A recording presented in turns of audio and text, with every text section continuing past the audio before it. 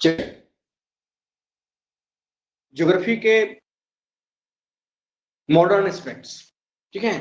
आपने अभी तक नियतिवाद और संभववाद को देखा है। नियतिवाद और संभववाद के बाद जो सबसे बड़ी विचारधारा भूगोल के विकास में, भूगोल के अध्ययन के क्षेत्र में, भूगोल के विधि तंत्र में, वो है आपका क्या कहते हैं, मात्रात्मक क्रांति। लेकिन सवाल है कि मात्रात्मक क्रांति यूं ही नहीं स्टार्ट हो गई थी। मात्रात्मक क्रांति के भूगोल में प्रारंभ होने के कई कारण थे। अभी तक सारे लोग नियतिवाद और संभववाद से जूझ रहे थे, लेकिन अब आवश्यकता महसूस की जाने लगी थी कि भूगोल में क्या कहते हैं, नियम और सिद्धांत का प्रतिपादन फिर भी नहीं हो रहा था। हॉटसन उस समय के सबसे बड़े प्रणेता थे, लेकिन इसी बीच में एक घटना होती है 1948 में। होता क्या है कि 1948 वर्ल्ड का सबसे फेमस यूनिवर्सिटी हार्वर्ड विश्वविद्यालय है, वहां पर उसके क्या कहते हैं, उसका जो वीसी था जेम्स कोनेंट, वो ज्योग्राफी डिपार्टमेंट पहुंचता है और सीधा उसके प्राचार्य से पूछता है कि ये बताइए कि भूगोल में आज तक में कितने नियमों का प्रतिपादन है। तब कोनेंट के पास, या फिर कर रहा है, कोई नियम सिद्धांत बनाया है भूगोल में? तो उसके हेड के पास इसका जवाब नहीं था। तो कहे कि अगर ऐसा है कि एक नियम का प्रतिपादन नहीं कर सकता है भूगोल, तो क्यों ना इस डिपार्टमेंट को ही बंद कर दिया जाए, और सीधा बंद कर दिया, भूगोल विभाग बंद। सारे विश्व में ये चर्चा बड़ी तेज से चली कि भाई आखिर क्या हुआ। तो बैठक बुलाई गई प्रिंसटन यूनिवर्सिटी में, सभी दिग्गज भूगोलवेत्ता जुटे, चर्चा हुई कि आखिर क्यों नहीं भूगोल नियम का प्रतिपादन करता है। तो पता चला कि भूगोल का विधि और विधि तंत्र तो ठीक है, लेकिन उसमें हम कुछ नया नहीं कर पाते हैं। जैसे क्षेत्र में, तो हुआ सवाल कि नया क्या किया जाए। तो इस बात पर सबकी सहमति बनी कि नया में ये किया जाए कि क्षेत्र का अध्ययन किया जाए, संगठन का अध्ययन किया जाए, और मैथमेटिकली उसका डेटा कलेक्ट किया जाए। सैंपलिंग मेथड से कीजिए, सर्वे मेथड से कीजिए, क्वेश्चनर से कीजिए, या फिर जिस मेथड से भी हो उस मेथड से कीजिए, प्राइमरी डेटा कलेक्शन कीजिए, और डेटा जो कहता है उसके आधार पर सांख्यिकी विधियों, गणितीय विधियों का उपयोग करते हुए, फिजिक्स के विधियों का उपयोग करते हुए नियम बनाने की कोशिश की जाए। और इसी बात पर सब लोग सहमत, और यहां से पढ़ने का तरीका बदलता है। लेकिन सवाल है कि इस विवाद में दो दिग्गज जो परंपरागत विचारों के पक्षधर थे, उनका नाम था हॉटसन, और जो नए विचारों के पक्षधर थे उनका नाम था स्टेफन। इस दोनों में जम के विवाद होता है कि भूगोल का स्वरूप क्या होना चाहिए, भूगोल के अध्ययन के तरीके का स्वरूप क्या होना चाहिए, ठीक है। लेकिन इसके पहले मैं बता दूं, इस विवाद के पहले, कि भूगोल में जो नई विधियां लाई जाती हैं, जो नए उपागम लाए जाते हैं, उसमें सबसे बड़ी भूमिका होती है प्रत्यक्षवाद की।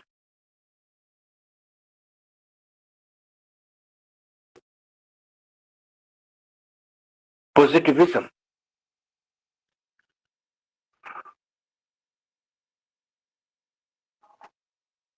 कॉन्सेप्ट ऑफ पॉजिटिविज्म, प्रत्यक्षवाद की संकल्पना। और इस प्रत्यक्षवाद की संकल्पना के प्रतिपादक थे ऑगस्ट काम्टे। ऑगस्ट काम्टे जो है इस प्रत्यक्षवाद की संकल्पना के प्रतिपादक थे। ये ऑगस्ट काम्टे फ्रांसीसी दार्शनिक था।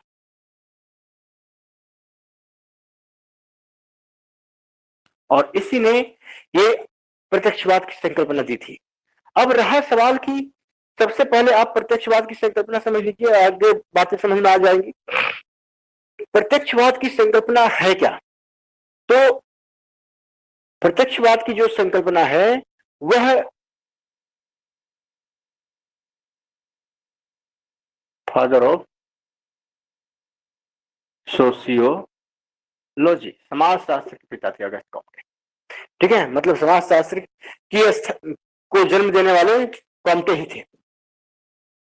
तो हाँ, ठीक है। तो इसने 1830 में ही कई दशक में फ्रांस में खास करके ये संकल्पना तब आती है जब फ्रांसीसी क्रांति होती है 1830 में। उसके ठीक बाद ये अगस्त कॉम्प्टेज जो है वो कहते हैं कि अगर हम प्राकृतिक विज्ञान का अध्ययन करें चाहे सामाजिक विज्ञान का अध्ययन करें, हम जब तक तथ्यों को, घटनाओं को प्रत्यक्ष रूप से देखते नहीं है, अनुभव नहीं करते हैं, तब तक हम उसका वर्णन अच्छी तरह से नहीं कर सकते हैं। यानी कि हमारी इंद्रियां जिस चीज को अनुभव करती है उसी का वर्णन करना ज्यादा सही होगा और ज्यादा तार्किक भी ये बात लगी। लोगों का ध्यान इस ओर आ गया और लगभग सभी विषयों में प्रत्यक्षवाद के अध्ययन को बढ़ावा मिला। भूगोल भी इसमें एक था। और इधर यूनिवर्सिटी बंद हो ही गई थी, हार्वर्ड विश्वविद्यालय के का भूगोल विभाग, सारे लोग, अब हार्वर्ड अगर वहां पर बंद होता है तो इसका प्रभाव पूरे विश्व पर पड़ता है और हर जगह भूगोल विभाग बंद होने की स्थिति में पहुंच रहा था। तो हुआ ये कि भाई ठीक है, तो इसकी पराकाष्ठा, लेकिन हाँ 1830 में इन्होंने दिया था, इस सिद्धांत की पराकाष्ठा 1920-25 में दिखती है, क्योंकि कोई सिद्धांत फैलते फैलते टाइम लगता है। और 20-25 में लगभग सभी विषयों में इस चीज का एप्लीकेशन आने लगा था, प्रयोग होने लगा था। भूगोल भी इससे अछूता नहीं रहा। और यही प्रत्यक्षवाद की अवधारणा से प्रेरित थे शेफर। भूगोल में इस प्रत्यक्षवाद की अवधारणा से प्रेरित जो विद्वान था उसका नाम था शेफर। ठीक है, तो मैं इन शॉर्ट बता दूं कि प्रत्यक्षवाद प्रत्यक्ष अनुभव से आधारित संकल्पना थी। आप जिसको देखते हैं समझते हैं उसका वर्णन कीजिए। तो हमें केवल इतना ही प्रत्यक्षवाद में समझना था। अच्छा ठीक है, तो अब मैं चलता हूं भूगोल। अच्छा इसको तो आप लोगों ने समझ लिया। एक्चुअली मुझे आपको एक फ्लो चार्ट दे देना था इस कॉन्सेप्ट के ऊपर। चलिए उसको बाद में कर लें। ठीक है, तो 20 जने अभी तक जुड़े हैं। ठीक है,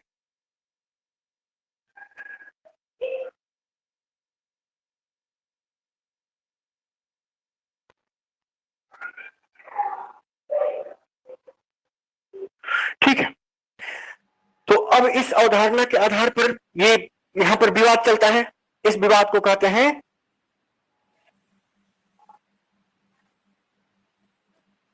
हॉट्सॉ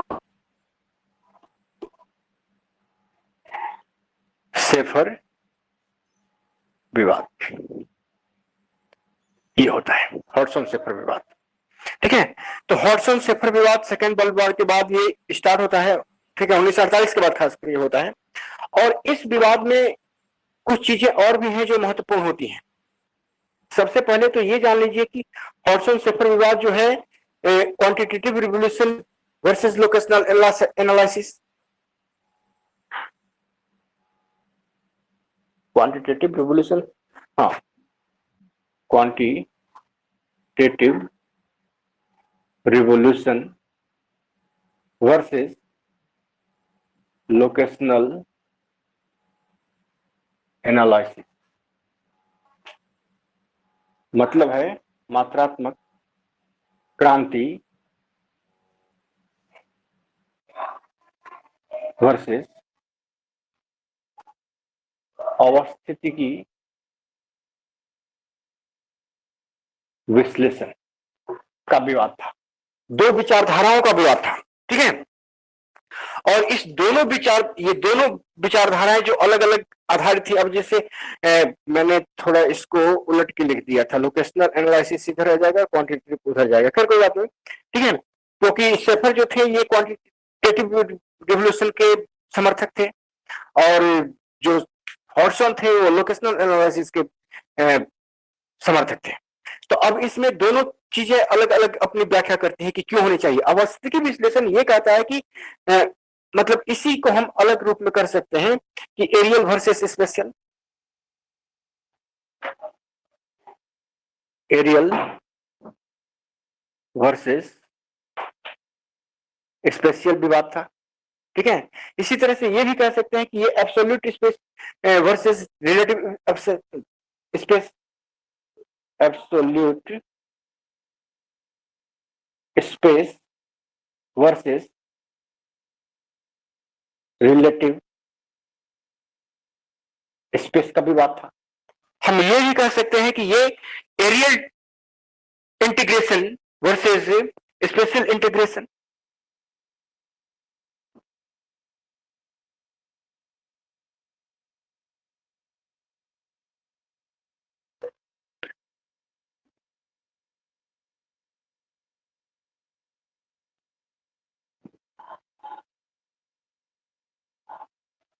का विवाद था। ठीक है, इसी तरह से हम ये भी कह सकते हैं कि ये जो विवाद है areal differentiation versus spatial organisation का विवाद था। शब्द में घबराइएगा मत, एरियल मतलब होता है क्षेत्रीय। ठीक है, एरियल मतलब क्षेत्रीय, और स्पेशल मतलब भी होता है स्थानिक। ठीक है, यहां एब्सोल्यूट यानी निरपेक्ष स्पेस की बात करता था। तो जो लोकेशनल एनालिसिस है वो निरपेक्ष की बात, इसको मैं बदल ही देता हूं, ये हमको बार बार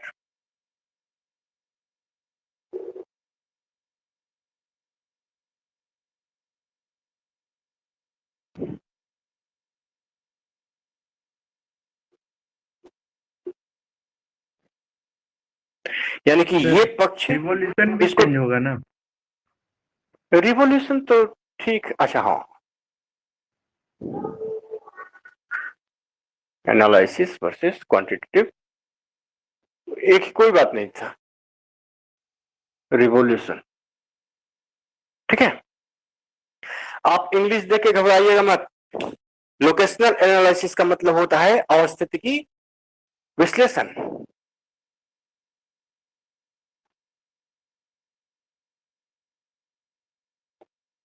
और क्वांटिटेटिव रिवॉल्यूशन इसका मतलब आप जानते ही हैं, मात्रात्मक क्रांति।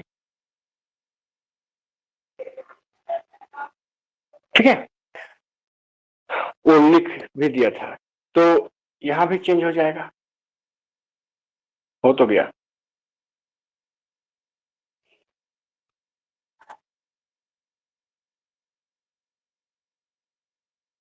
की विश्लेषण वर्सेस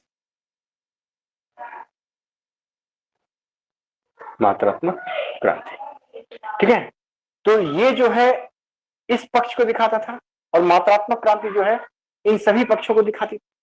और इसी विवाद पर मतलब कि जहां भी हॉटसन कहते थे कि नहीं भाई, ये जो व्याख्या भूगोल की अभी तक जो क्षेत्रीय वर्णन के आधार पर हम करते आए हैं, क्षेत्रीय विश्लेषण करते आए हैं, वही चीजें सही रहेंगी। आप हर क्षेत्र में अलग अलग विभिन्नताओं की खोज कीजिए, उसका वर्णन कीजिए, तभी ये लोकेशनल मतलब अस्तित्व के अनुसार, स्थान के अनुसार, क्षेत्र के अनुसार इसका वर्णन करने पर जोर दिया था। इसीलिए ये सारी चीजें आ जाती हैं। ये स्थान, उसका मानना था कि निरपेक्ष होना चाहिए, एब्सोल्यूट स्पेस होना चाहिए। ठीक है, निरपेक्ष स्थान होना चाहिए, यानी कि आपको बिल्कुल उस स्थान को, उस क्षेत्र को सारे प्रदेशों से अलग करके और तब उसका विश्लेषण करना था, तब ये एब्सोल्यूट होता। लेकिन यहां सेफर कहता था कि नहीं, आप एब्सोल्यूट कर दीजिएगा तो समझिएगा कैसे। अब मैं बढ़िया हूं कि भोपाल सर बढ़िया है कि राम कुमार सर बढ़िया है, जब तक आप तीनों आदमी से पढ़ेंगे नहीं, तीनों की तुलना नहीं करेंगे, तब तक किसको बढ़िया समझेंगे। बात यही थी, यही कह रहा था सेफर। इसीलिए उसने रिलेटिव यानी सापेक्ष, किसके सापेक्ष आप कितने हैं, बढ़िया ऊपर है नीचे है, ये कह रहा था। और विवाद का प्रमुख जड़ कारण यही था। इसी आधार पर एरियल इंटीग्रेशन की बात कर रहा था हॉटसन।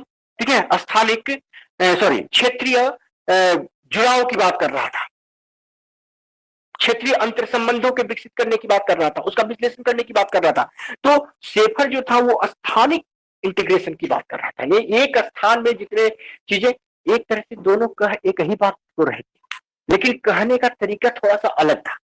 ठीक है, और थोड़ा सा विधि तंत्र का भी दोष था। इसी तरह से एरियल डिफरेंशिएशन, ये वर्ड बराबर आता है, यानी कि क्षेत्रीय विभेदन इसका हिंदी होता है, की बात कर रहा था। फाइनली ये कहिए कि जो हॉटसन था वो क्षेत्रीय विभेदन की को अपनाने की बात कर रहा था, तो सेफर जो है वो स्थानिक संगठनों के अध्ययन की बात कर रहा था।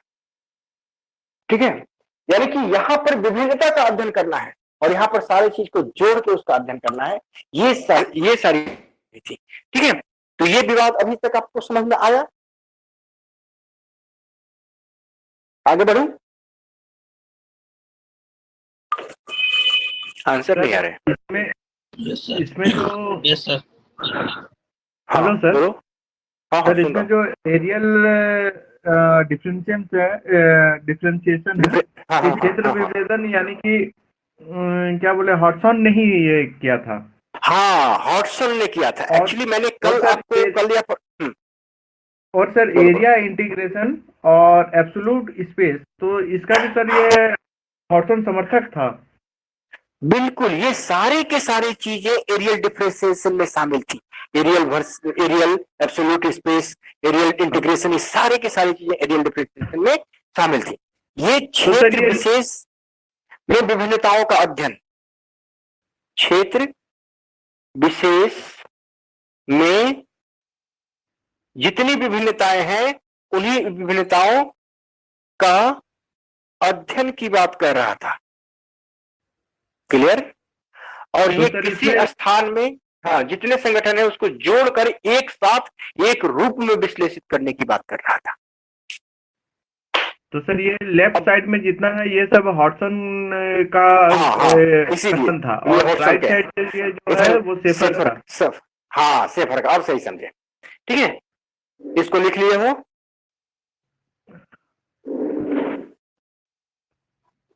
चलो मैं रुक जाता हूं, लेकिन जैसे हो बताना।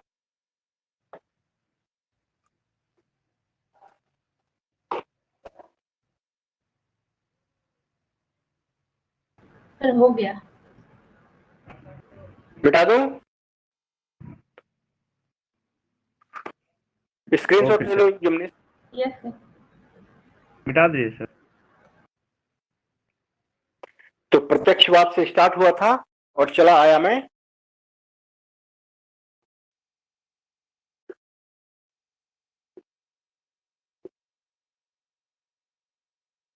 Quantitative revolution. ठीक है, तो इसको ऐड कर लिया। Yes sir.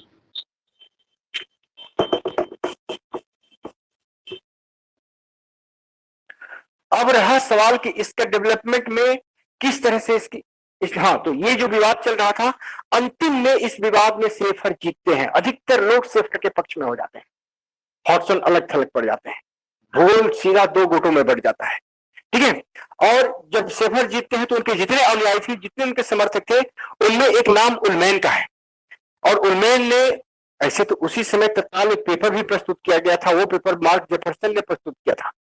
ठीक है, और ये सांख्यिकी विधियों के आधार पर था, और ये आप ज्योग्राफी में जो रैंक साइज रूल हैं, वही वो पेपर था जिसको मार्क जेफरसन ने प्रस्तुत किया था। ठीक है, और ये पहला पेपर था जो सांख्यिकी विधियों पर या मात्रात्मक विधियों पर आधारित था भूगोल में। ठीक है, और यहीं से स्टार्ट होती है। 1949 में ये पेपर प्रस्तुत किया जाता है, 48 में विवाद होता है, 1949 में सारा चीज होता है, उसी समय पेपर प्रस्तुत किया जाता है। यहाँ से मात्रात्मक क्रांति भूगोल में स्टार्ट हो जाती है। अब इसको डेवलपमेंट में, इसके डेवलपमेंट में, विकास में योगदान जो है, जो बड़ा योगदान है तत्कालीन, उसमें देखिए पहला आते हैं Ullman. Ullman model of urban structure. Ullman model of urban structure, यानी कि नगरीय संरचना का उलमैन मॉडल, नगरीय संरचना का उलमैन मॉडल, ये कह सकते हैं। दूसरा इसमें आता है garrison mathematical technique. Garrison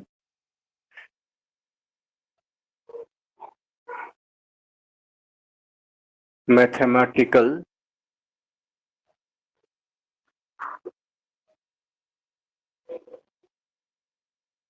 techniques. ठीक है,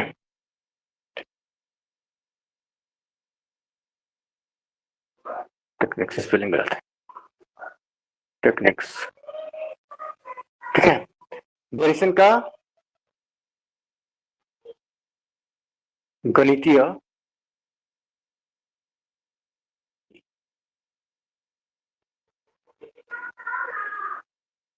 ठीक है, इसके बाद आता है आपका स्टीवार्ट इंपेरिकल मैथमेटिकल रूल स्टीवार्ट का।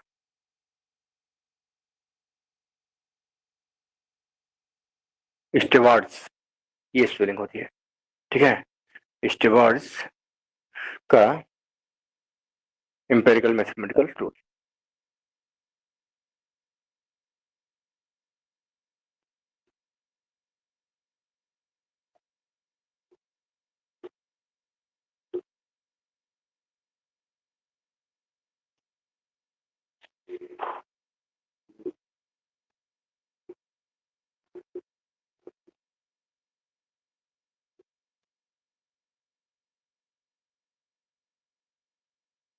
ठीक है, और इसके बाद आते हैं विलियम बर्ड्स का कॉन्सेप्ट ऑफ सोशल फिजिक्स।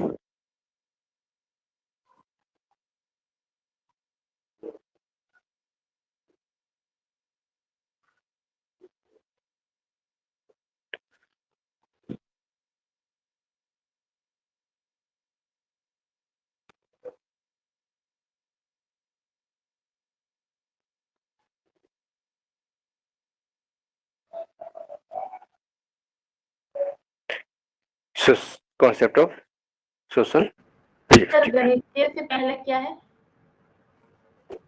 स्टीवार्ट का स्टीवार्ट्स एम्पेरिकल मैथमेटिकल रूल, स्टीवार्ट का अनुभाविक गणितीय नियम, ठीक है। तो ये लोग बड़ी योगदान देते हैं इस सेफर के साथ मात्रात्मक भूगोल के विकास में। लेकिन इन लोगों के योगदान देने के साथ साथ एक घटना और होती है, और उस समय पूरे विश्व में 4 किताबें छपती हैं। एक है इकोनॉमिक बिहेवियर, दूसरा है साइबरनेटिक्स, तीसरा है behaviour and human behaviour and principle of least effort, जो कि जीफ ने दिया था, ठीक है। और इसके बाद स्टीवार्ट का empirical mathematical rule concerning distribution and the equilibrium of population. ये 4 चीजों का भूगोल पे सबसे ज्यादा ये लोग बड़ा काम किए थे, और इसका गहरा प्रभाव पड़ा था मात्रात्मक क्रांति के विकास में। ये लिख लिया सर? साउंड इको हो रही है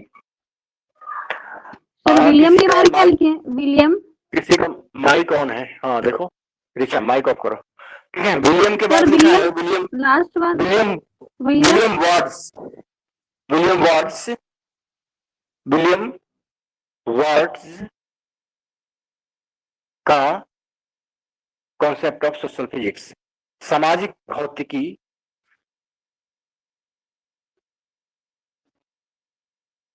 का नियम की संकल्पना, ये विलियम वार्ड्स की सोशल फिजिक्स की संकल्पना बहुत बड़ा काम करी थी। लेकिन इसी के साथ साथ हिंदी में सर क्या है? विलियम वार्ड्स का सामाजिक भौतिकी की संकल्पना, विलियम वो नहीं वार्ड्स, सर, अगले लाइन सर, अगले वाला। स्टीवार्ट का अनुभाविक गणितीय नियम, गैरिसन का गणितीय नियम, स्टीवार्ट का अनुभाविक गणितीय नियम, नगरीय संरचना का उलमैन मॉडल, और विलियम वार्ड्स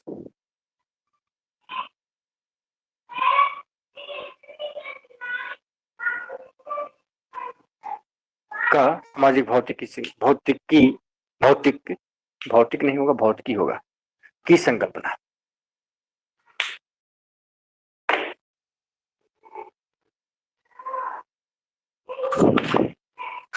तो विकास में इन लोगों का बहुत बड़ा योगदान रहा। साथ ही साथ इन्हीं के साथ 4 और किताबें आती हैं जो मात्रात्मक क्रांति के विकास को बहुत तेजी से बढ़ावा देती है।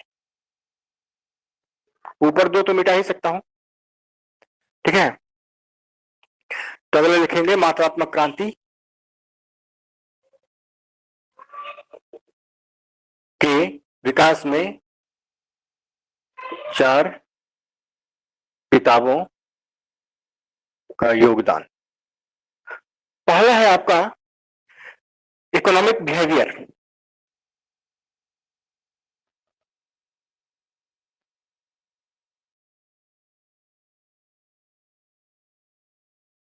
ठीक है। और ये किताब थी बॉन न्यूमैन।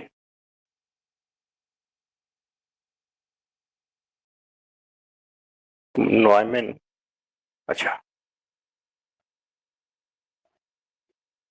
एंड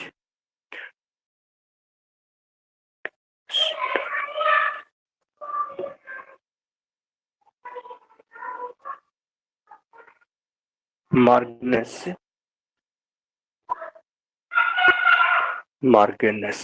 अच्छा, टर्न 1944,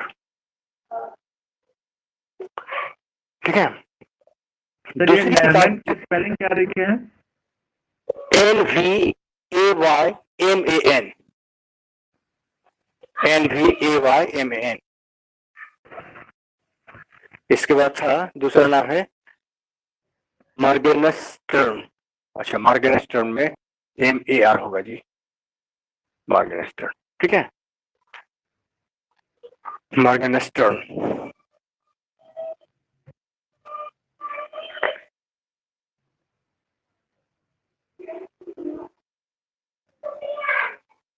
साइबरनेटिक्स, ठीक है।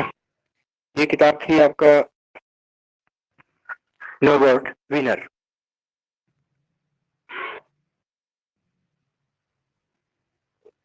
नाइनटीन 48। और ये किताब पूछा था एग्जाम में कि ये किसकी किताब है, इसने मात्रात्मक क्रांति को लाने में बहुत योगदान दिया था। इसके बाद human behaviour and principle of list report.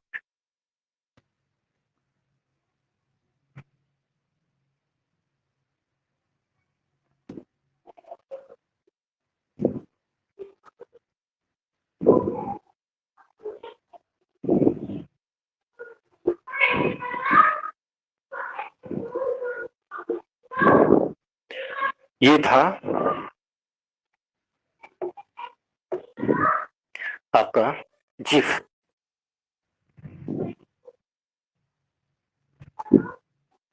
Gift होता है, हाँ, 1949, ठीक है। और चौथी जो किताब थी वो थी आपका स्टीवार्ट की empirical mathematical rule.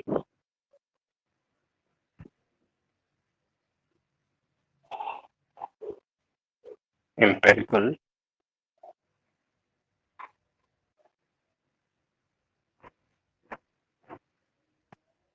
rule,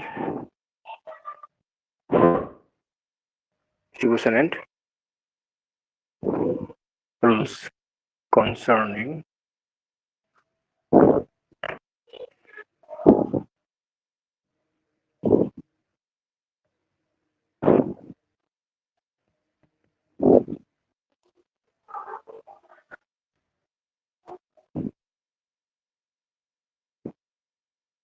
population. ये किताब थी आपकी JW स्टीवर्ट।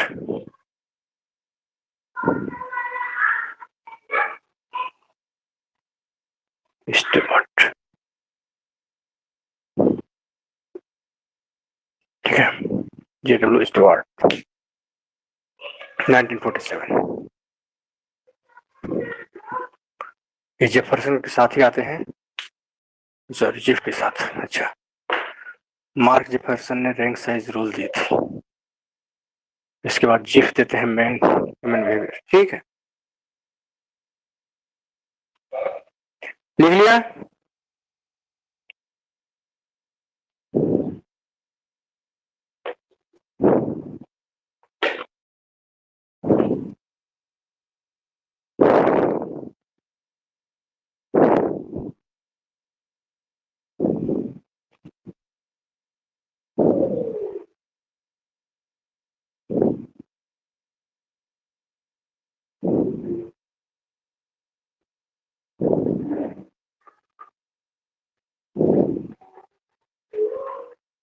सर ये दोनों दिया है JW स्टीवर्ट ने, एम्पिरिकल मैथमेटिकल रूल्स। वो एक ही है, एम्पिरिकल मैथमेटिकल रूल्स, ये नाम था concerning distribution and equilibrium of population, ठीक है। ये एक ही है सब, हाँ।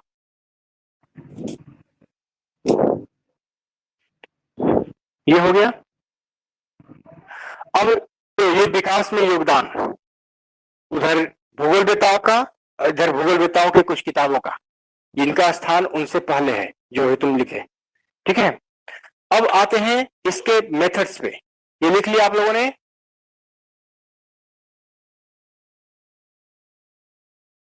ऊपर तो लिख ही लिया होगा। ठीक है, अब इसमें वही methods of quantitative revolution, QR. ठीक है, या मेथड्स इन क्वांटिटेटिव रिवोल्यूशन। तो क्वांटिटेटिव रिवोल्यूशन में 3-4 मेथड यूज किए गए थे। सबसे पहला था आपका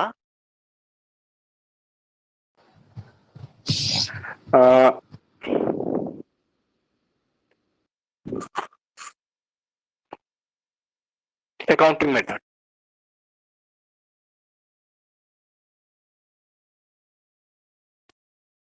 दूसरा था तुम्हारा स्टैटिस्टिकल मेथड।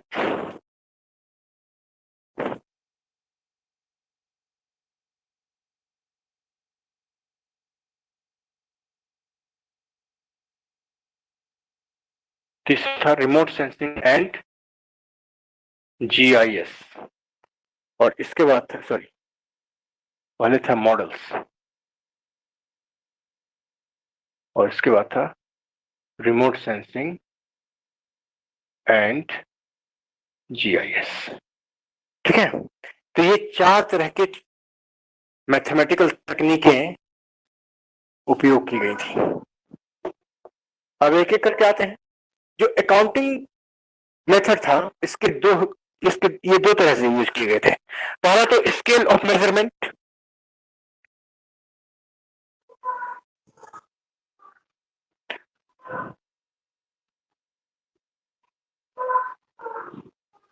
मापन के, हाँ,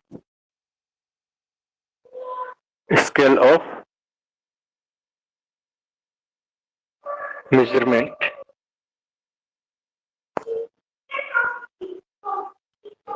और दूसरा था तुम्हारा मेजरमेंट एरर।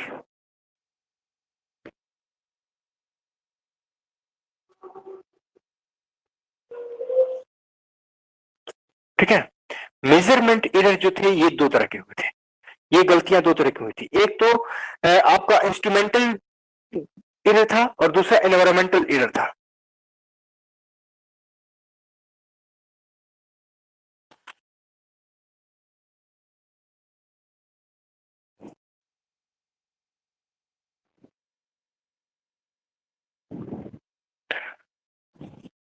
उपकरणीय त्रुटि और वातावरणीय त्रुटि, ये कह सकते हैं। ठीक है, मापन त्रुटि इसको कह सकते हैं। मापन त्रुटि, स्केल ऑफ मेजरमेंट, मापन का स्केल, मेजरमेंट एरर। हाँ, एरर, त्रुटि। ठीक है, इसी तरह से स्टैटिस्टिकल मेथड में आ जाइए तो ये 3 तरह से उपयोग किए गए थे। पहला था डिस्क्रिप्टिव मेथड,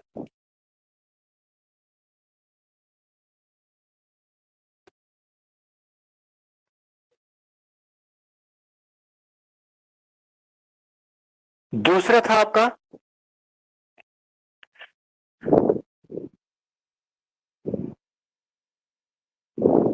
इन्फेरेंशियल मेथड,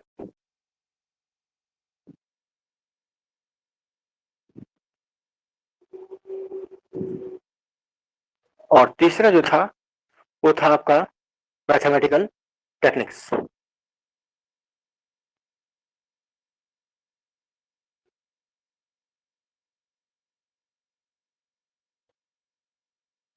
गणितीय तकनीकी। ठीक है, तो ये 3 तरह के स्टैटिस्टिकल मेथड यूज किए गए थे मात्रात्मक क्रांति के विकास में या मात्रात्मक क्रांति को बनाए रखने में। इसके बाद आता है मॉडल्स, और मॉडल्स में आपने कर लिया, तो लाइट चली गई, रुक जाओ 1 मिनट।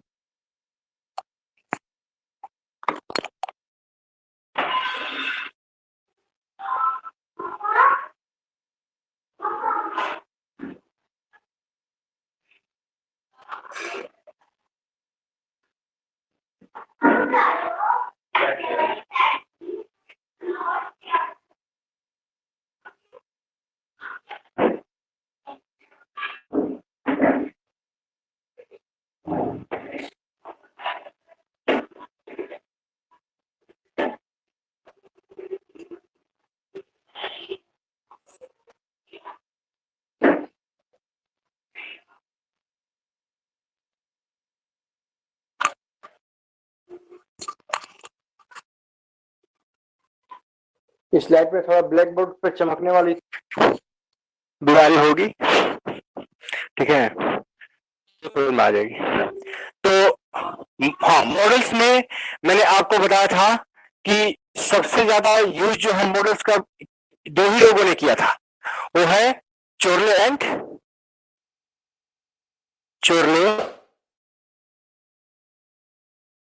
हैगेट, और खास करके इसका मॉडल्स इन ज्योग्राफी।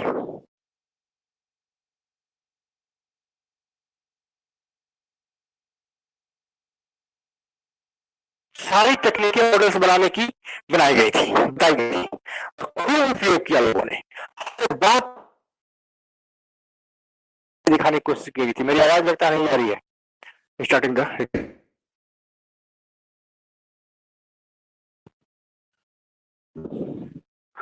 ठीक है, रिकॉर्डिंग चल रही है। ये आपको थोड़ा प्रॉब्लम हो रहा होगा नेटवर्क का, क्या आ रही है क्या प्रॉब्लम? सर थोड़ा थोड़ा। हाँ, ये बीच में कभी, अब चलिए कल से तो ठीक है कम से कम। इसके बाद आता है रिमोट सेंसिंग एंड जीआईएस। आपको पता है कि रिमोट सेंसिंग जो होता है, दूर से किसी भी वस्तु के बारे में उसके द्वारा छोड़े गए रेडिएशन को एब्जॉर्ब करके उस वस्तु का पता लगाना। ये काम उपग्रह में लगे हुए कैमरे करते हैं। हाई रेजोल्यूशन के कैमरे होते हैं, आपका है ना, रेडमी, ओप्पो, सब मोबाइल यूज करते हैं आप। ये मोबाइल क्यों यूज करते हैं? क्योंकि इसमें हाई रेजोल्यूशन के कैमरा है, जो पिक्चर क्वालिटी होती है बहुत साफ होती है, अंधेरे में भी अच्छी तस्वीरें सब खींच सकने की क्षमता रखता है। 50 मेगा पिक्सल से ज्यादा के जो भी कैमरे होते हैं, उसी तरह से ये यहाँ 50 मेगा पिक्सल हटा दीजिए, वहां 1000 मेगा पिक्सल में कैमरे लगे हुए हैं, जो 1 मीटर के दायरे में क्या चीज रखी गई है ये स्पष्ट बता देते हैं, चाहे दिन हो चाहे रात हो। अभी पाकिस्तान है इंडिया बाउंड्री पे सर्वे के लिए लगातार निगरानी के लिए इंडिया गवर्नमेंट ने ये कैमरे अपने उपग्रह में लगवा दिया है, ठीक है, जियो सेंक्रोनस मॉडल उपग्रह पे, ठीक है, जो लगातार निगरानी की है कि कौन घुस रहा है, कौन निकल रहा है, कौन जा रहा है। तो इसके चलते क्या होता है कि निरीक्षण करना बहुत आसान हो गया है। तो इस आज के डेट में इस तकनीक का सबसे ज्यादा उपयोग हो रहा है, ठीक है। इसी तरह से जीआईएस जो है, इसका क्या कहते हैं, रिमोट सेंसिंग, अगर आंख है देखती है तो जीआईएस उसको इंटरप्रेट करने की मशीन है, कंप्यूटर। सारी इंफॉर्मेशन डिजिटल डेटा के रूप में जीआईएस को ही आता है। GIS is centre of computer which receive all type of information broadcasted by the remote sensing operators, mainly remote sensing cameras, ठीक है। सर आपकी बात को रिमोट सेंसिंग प्रूव करता है ना? वही तो बताता है कि आतंकी कहाँ घूम रहा है। वो क्या कहते हैं, सर्जिकल ऑपरेशन चलाया था इंडिया गवर्नमेंट ने, और यहीं से बैठ के उसके ठिकाने पे हमला किया था, ठीक है। वो क्या था, यही तो था, जीपीएस के बेसिस पे उसने किया था, और इंडिया गवर्नमेंट ने अपना जीपीएस तैयार किया हुआ है।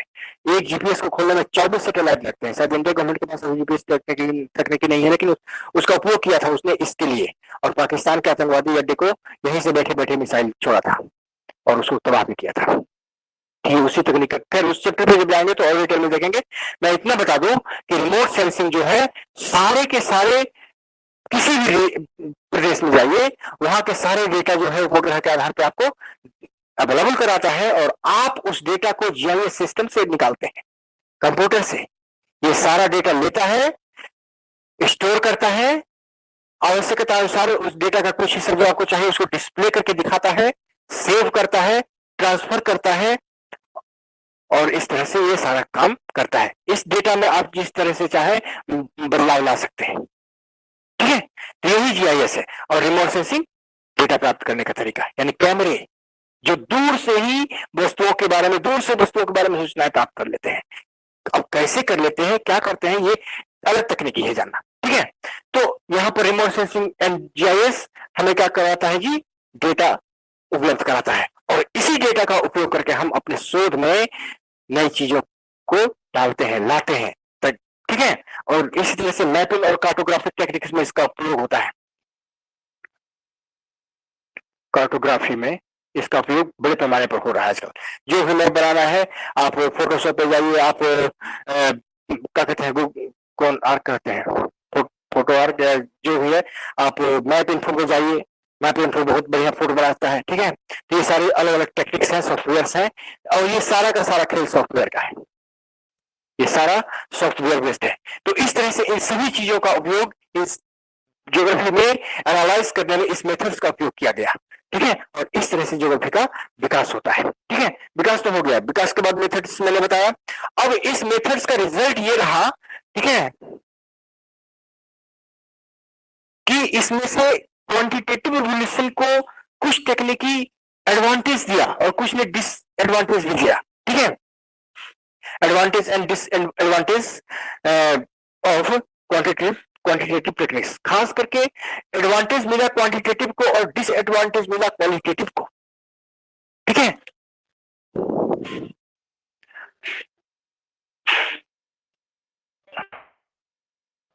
क्वांटिटेटिव को एडवांटेज और क्वालिटेटिव को डिसएडवांटेज मिलता है, ठीक है। एक को प्रोत्साहन मिलता है, दूसरे को प्रोत्साहन नहीं मिलता है, ठीक है। और इस तरह से आपका लोकेशनल एनालिसिस जो है, ठीक है, का मेथड कन्वर्ट हो जाता है स्पेशल ऑर्गेनाइजेशन में, ठीक है। ये चीजें होती हैं। तो डिसएडवांटेज होता है लोकेशनल एनालिसिस को, और ये एडवांटेज मिलता है इसके चलते स्पेशल ऑर्गेनाइजेशन को, के अध्ययन को, study of organisation, spatial organisation को एडवांटेज मिलता है। और इस तरह से स्पेशल ऑर्गेनाइजेशन का विकास होता है। और स्पेशल ऑर्गेनाइजेशन का विकास होता है तो इससे रिलेटेड फ्लो पैटर्न का विकास होता है, रिलेटेड फ्लो पैटर्न का भी विकास होता है। रिलेटेड फ्लो पैटर्न का विकास होता है तो uses, methods and special science ये भी बढ़ जाते हैं। इसको अब कहां लिखूं? इसी टर्म को ऊपर लिख दूं, मिटा कर लिख लिया आप लोगों ने? सर इसमें इन्फ्लुएंशियल का उसका हिंदी क्या होगा सर? किसका? वो इन्फ्लुएंशियल करके लिखे हैं, ये 3rd नंबर। इन्फेरेंशियल कहाँ है? अच्छा, इन्फेरेंशियल ये मेथड 2nd नंबर स्टैटिकल रो है। हाँ, इन्फेरेंशियल। चलो इसको आगे देखते हैं, ठीक है। डिस्क्रिप्टिव तो व्याख्यात्मक कहलाता है जी, मैथमेटिकल गणितीय। इन्फेरेंशियल भी इसका एक मतलब हिंदी अभी तो यार हमको नहीं आ रहा है टर्म का, ठीक है। आगे मैं इसको बता देता हूँ, चलेगा? हाँ सर। चलो ठीक है, तो आगे बढ़ते हैं। ये जो नीचे मैंने बताया कि इस टेक्निक के, इस मेथड्स के यूज के कारण जहां लोकेशनल एनालिसिस को डिसएडवांटेज मिलता है, वहीं स्पेशल ऑर्गेनाइजेशन के मेथड को एडवांटेज मिलता है। और इस तरह से स्पेशल ऑर्गेनाइजेशन मेथड में हमारा क्या कहते हैं कि रिलेटिव फ्लो चार्ट का विकास होता है।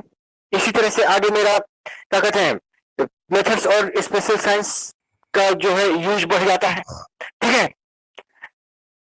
स्पेशल साइंस के मेथड्स का यूज बढ़ जाता है। एक मिनट,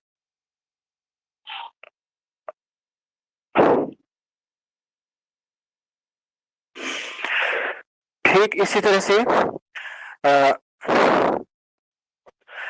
लोकेशनल मेथड्स को लोग डिफाइन करने लगते हैं इसी के आधार पर, ठीक है। इसके बाद यहां लिखोगे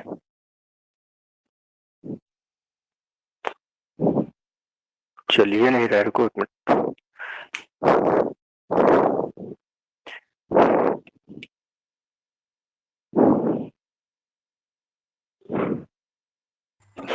uses methods of special science, ठीक है, का यूज बढ़ जाता है। ठीक इसी तरह से आपका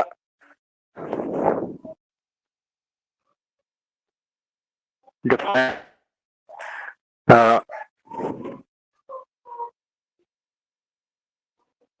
locational Sir, uses methods of special science.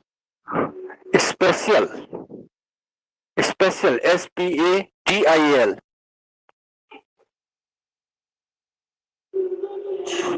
ठीक है, हर जगह स्पेशल ही लिखा गया है, यही लिखा गया है, यही टर्म यूज हुआ है।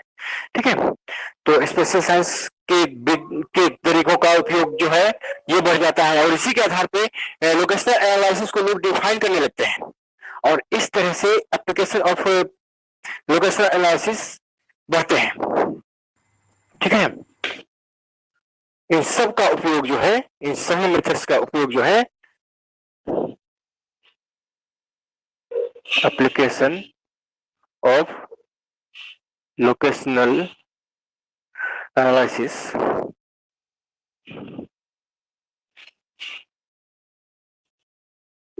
में होने लगता है। अब क्या होता है कि ये इसमें होता है तो क्या क्या होता है, तो इसमें जैसे देख लो तुम्हारा पहले जैसे बिजनेस है। ठीक है, बिजनेस को क्या कहते हैं कि व्यवसाय, व्यवसाय विस्तार में होता है। इसी तरह से इसका उपयोग जो है फैसिलिटीज रिलोकेशन, ठीक है, सुविधाओं को पुनर्स्थापित करने में होता है। इसी तरह से इसका उपयोग तुम्हारा आपूर्ति श्रृंखला के स्थापन में होता है। ठीक है, इसी तरह से इसका उपयोग तुम्हारा सर सुविधाओं को, आप सुविधाओं के पुनर्स्थापन या सुविधाओं को पुनर्स्थापित करने में। ठीक है, इसी तरह से तुम्हारा इसका उपयोग जो है ये क्या कहते हैं, हाँ व्यापार, व्यापार क्षेत्र को बढ़ाने में। ठीक है, यानी व्यापार को बढ़ाने में होने लगता है। जितने शॉपिंग सेंटर्स हैं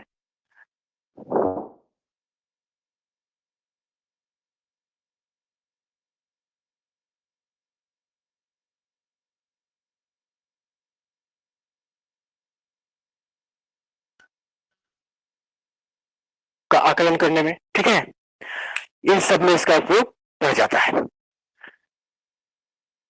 और इसे जब इसका उपयोग बढ़ जाता है तो इस लोकेशनल एनालिसिस का रिक्वायरमेंट भी बढ़ जाता है, की आवश्यकता। ठीक है, स्थानिक विश्लेषण क्या लिखे? लास्ट वाला शॉपिंग सेंटर असेसमेंट। ठीक है, और इन सारे की आवश्यकता जो है बढ़ जाती है लोकेशनल एनालिसिस में।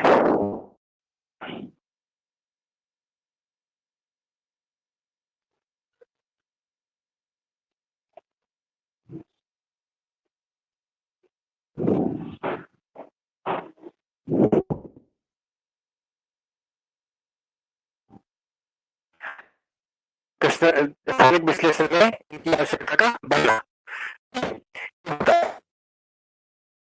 आवाज सर कट गया सर। आप जाएंगे मेरे पास? सुनो, आवाज ये आइए। ठीक है, ये अब जा रही है आप? सर सेकंड लास्ट में क्या लिखे हैं? शॉपिंग सेंटर असेसमेंट हिंदी में सर।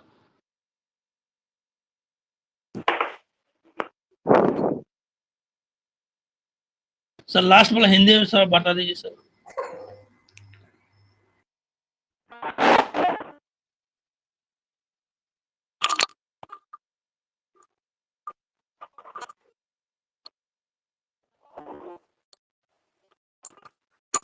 सर वीडियो नहीं आ रहा है आपका। सर वीडियो बंद हो गया सर। नहीं, ये एक्चुअली क्या है, आवाज आ रही है? आ गया सर। टावर डिस्टर्ब है मेरे यहाँ। सर इसका नहीं हो विश्लेषण, उसके ठीक है, बाद स्थानिक विश्लेषण में इसकी आवश्यकता का बढ़ना।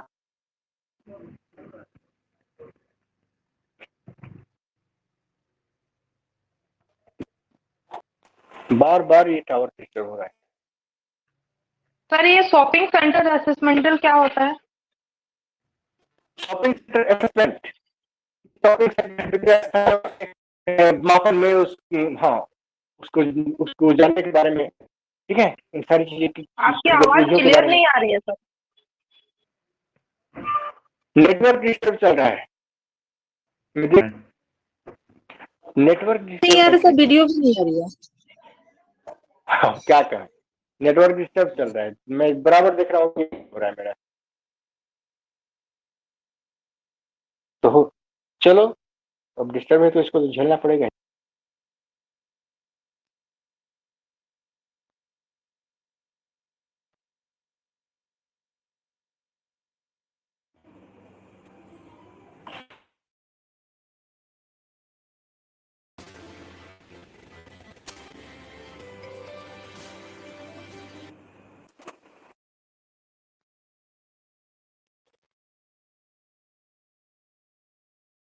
लिख लिया, आवाज आ रही है?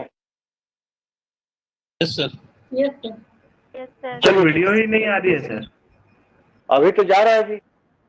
Yes sir. सर हमको तो नहीं आ रहा है, दिखाई ही नहीं दे रहा है। और सब सर यस अभी सर, आ नहीं रहा है आ सर। रहा है सर। सर वीडियो नहीं आ रहा सर।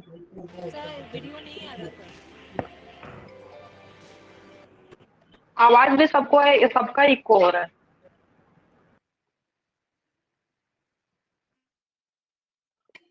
सर साउंड आ रही लेकिन वीडियो नहीं आ रही सर।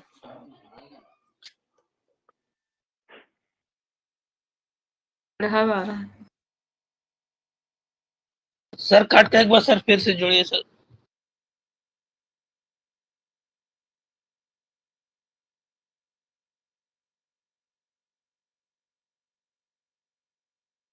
अच्छा हो गया सर अब।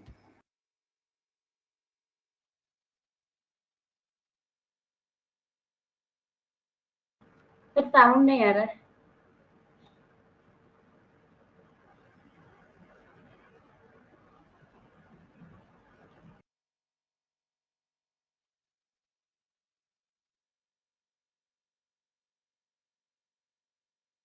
सर कुछ नहीं आ रहा है सर।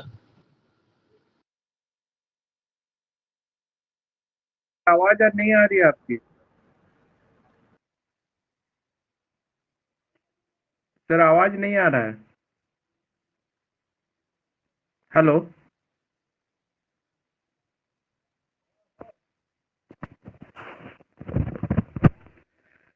अरे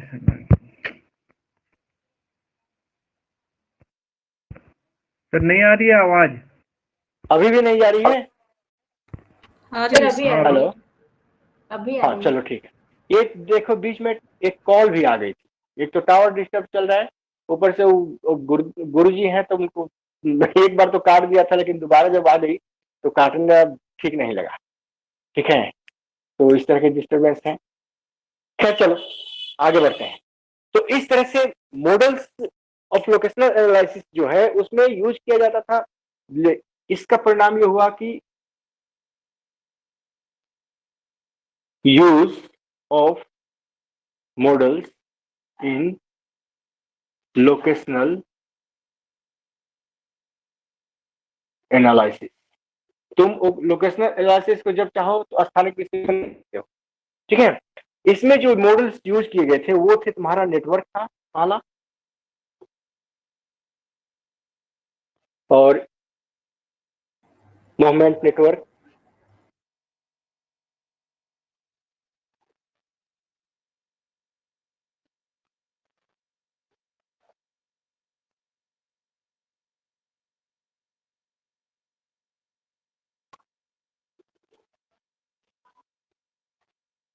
नोड्स,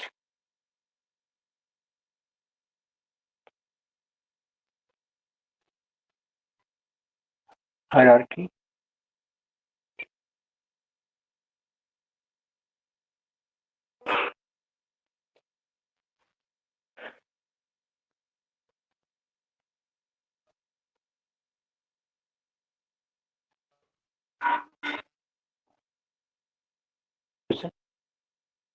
ठीक है। तो ये सारे मॉडल्स जो है लोकेशनल एनालिसिस में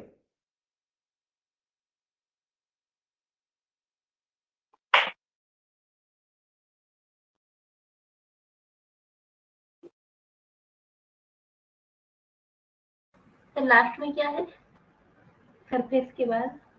डिफ्यूजन। डिफ्यूजन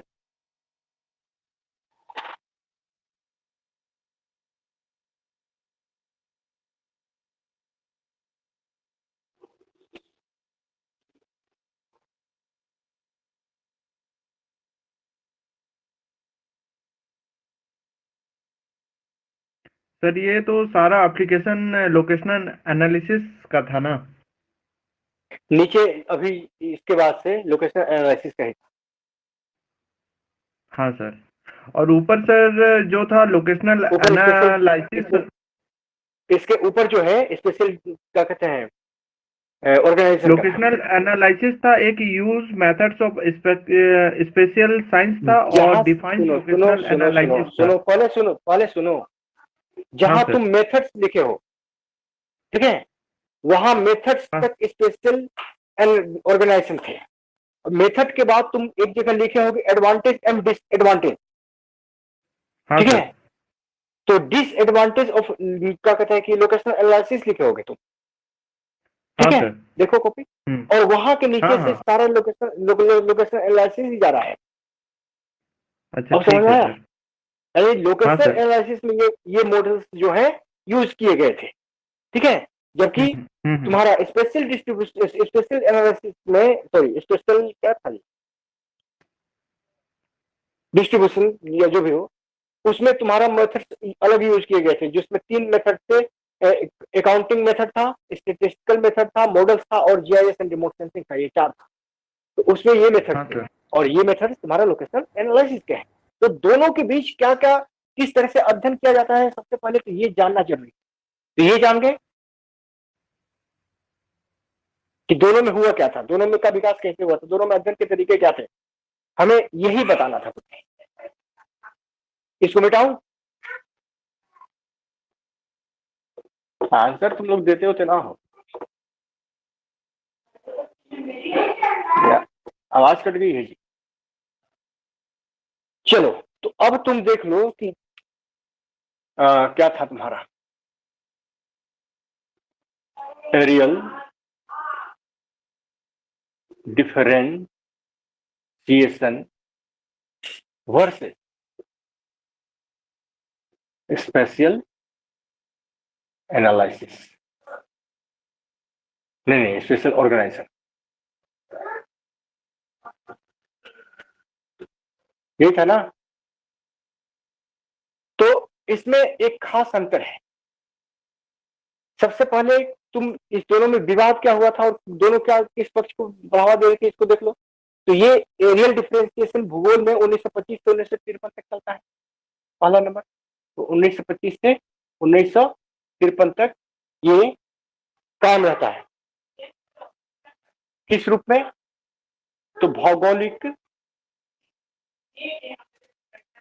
नियमों के प्रतिपादन में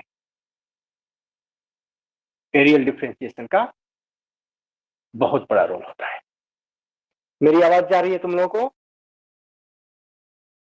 यस सर। Yes sir. इसी में आगे लिखोगे कि इस चिंतन के विकास में ऐतिहासिकतावाद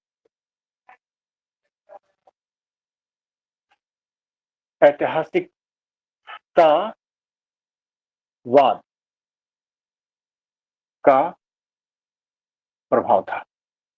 पहली बात, जो ऐतिहासिकतावाद था यानी वर्णनात्मक तरीका, उसका प्रभाव था। कहने का मतलब कि वर्णनात्मक तरीका अपनाया जाता था। क्लियर? किसमें? Areal differentiation. जबकि स्पेशल ऑर्गेनाइजेशन में क्या होता था? तो स्पेशल ऑर्गेनाइजेशन ये लोकेशनल एनालिसिस पे ही आधारित था, बेस्ड ऑन लोकेशनल एनालिसिस। ये लोकेशनल एनालिसिस पे ही आधारित है, ठीक है, क्या कहते हैं स्थानिक विश्लेषण। और ये जो था सर क्या लिखा है सर इंग्लिश में उधर? ये स्पेशल ऑर्गेनाइजेशन लिखा है बेस्ड ऑन लोकेशनल एनालिसिस। ठीक है,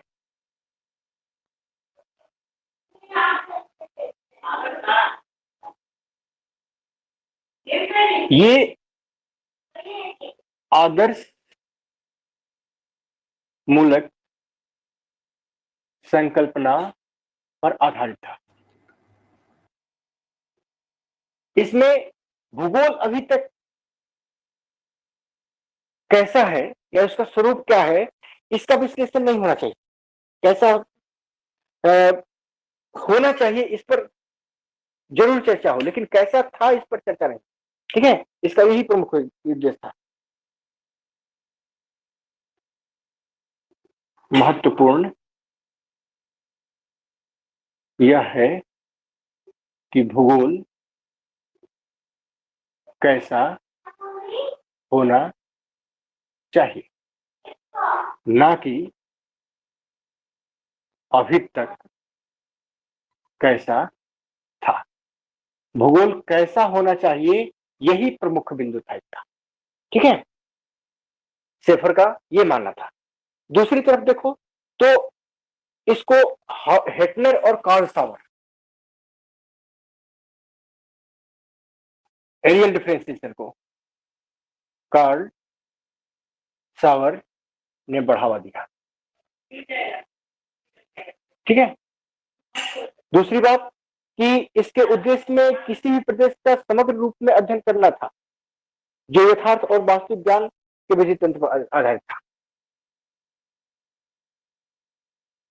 इसमें प्रदेश के समग्र रूप का अध्ययन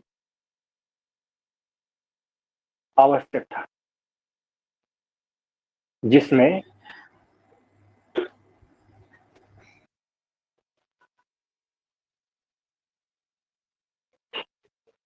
यथार्थवाद,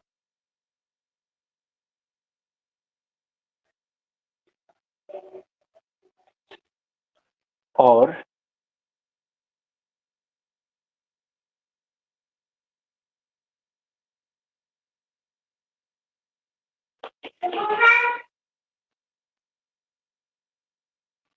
व्यवस्थित ज्ञान पर आधारित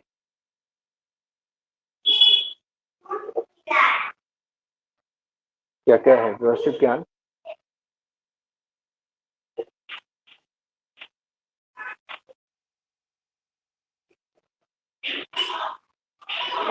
के विधि तंत्र पर आधारित था। ठीक है, तो ये जो एरियल डिफरेंशिएशन है, इसकी मूल बात यही है कि पूरा प्रदेश का अध्ययन कीजिए, और ये अध्ययन जो है व्यवस्थित ज्ञान यानी क्रमबद्ध ज्ञान और यथार्थवाद जो रियलिटी है, केवल उसका ही वर्णन करना है, रियलिटी का वर्णन करना है और व्यवस्थित तरीके से यानी क्रमबद्ध तरीके से करना है। इसी विधि तंत्र पर, मेथोडोलॉजी पर ये पूरा का पूरा कॉन्सेप्ट आधारित था। ठीक है, इसलिए हुआ क्या कि यह पूरा का पूरा जो है इसका मुख्य अध्ययन विधि प्रादेशिकरण के सहारे आगे बढ़ी। यह अध्ययन विधि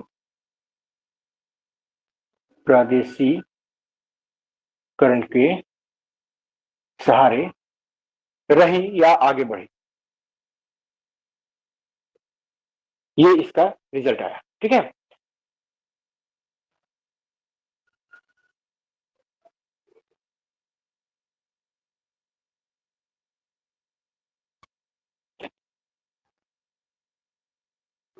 हार्टशॉर्न ने इसे यथार्थमूलक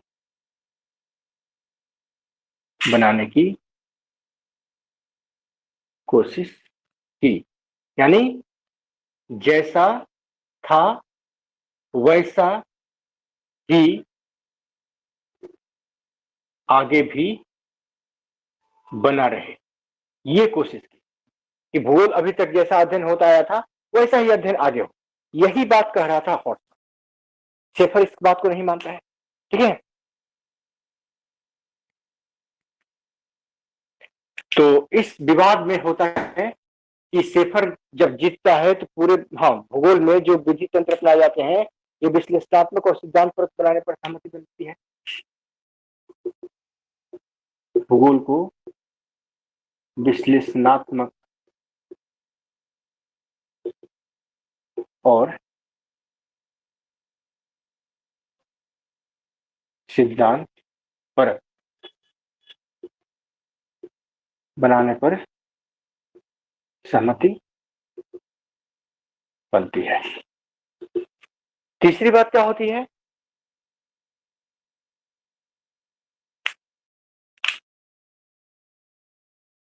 भूगोल प्रादेशिक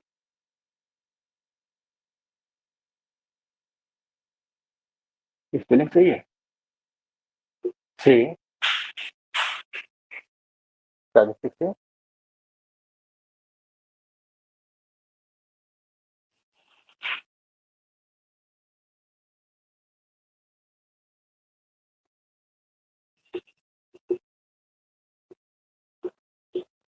क्रमबद्ध की ओर स्थानांतरित होता है।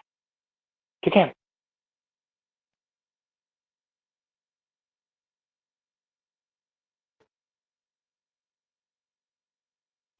यानी कि ये एरियल टू स्पेशियल या स्पेस कह सकते हैं। एरियल से स्पेस की ओर आगे बढ़ता है। कह सकते हैं कि वास्तविक स्थिति से सापेक्षिक स्थिति की ओर इसका जाना होता है। ठीक है, ये चीजें होती हैं।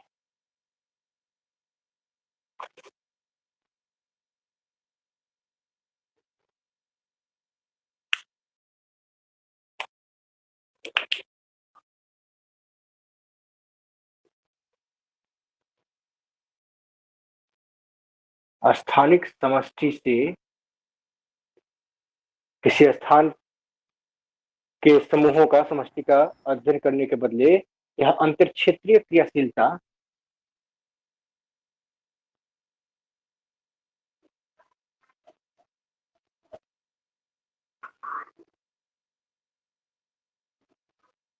पर आधारित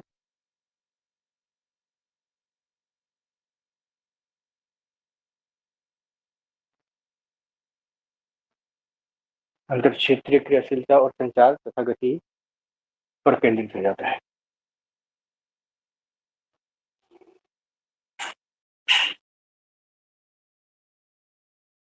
देख लिए, देख लो तो और आगे बढ़ते हैं।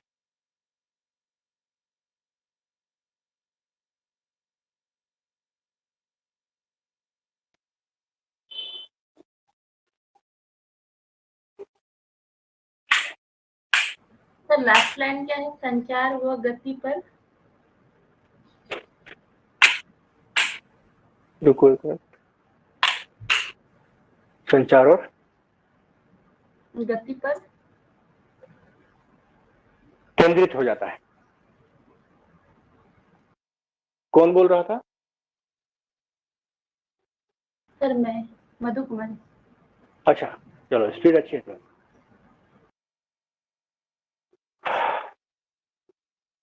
और अन्य सब लोगों का हो गया है? सर उसमें राइट साइड में लिखा हुआ है स्थिति की और स्थानिक, लास्ट में सर स्थानिक वास्तविक समष्टि स्थिति से यह सापेक्षिक स्थिति। हाँ की ओर बढ़ा। स्थानिक समष्टि से यह अंतर क्षेत्रीय क्रियाशीलता तथा संचार और गति पर केंद्रित हो जाता है। जी ये सारे में एरो लगा लीजिए। ठीक है, तब सही हो जाएगा। ये अलग अलग लाइनें इसका मतलब। ठीक है, और सभी लोगों का हो गया हो तो बताएं। इधर तो हो गया है ना? हो गया सर। हाँ तो इधर वाले को मिटाता।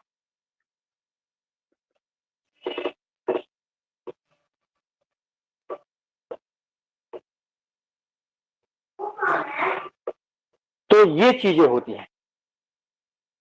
अच्छा, ग्रुप में एलिजाबेथ है क्या? एलिजाबेथ हो प्रेजेंट या नहीं जी? नहीं, एलिजाबेथ ग्रुप में नहीं, कोई बात नहीं। तो हाँ, आगे बढ़ते हैं। इसके बाद से यही चीजें मैं ऊपर लिख रहा हूं, ठीक है। इसके बाद होता है क्या है कि हाँ,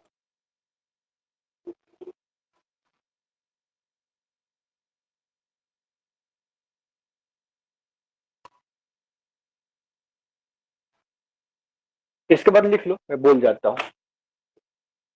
1958 में, इसी को आगे बढ़ाओ, 1958 में एकरमैन द्वारा भूगोल को आवाज जा रही है साफ? Sir repeat. Yes sir. 1958 में एकरमैन बोलिए द्वारा सर। भूगोल को 1958 में 1958 में एकरमैन द्वारा भूगोल को शोध विषय के रूप में प्रस्तुत करने के बाद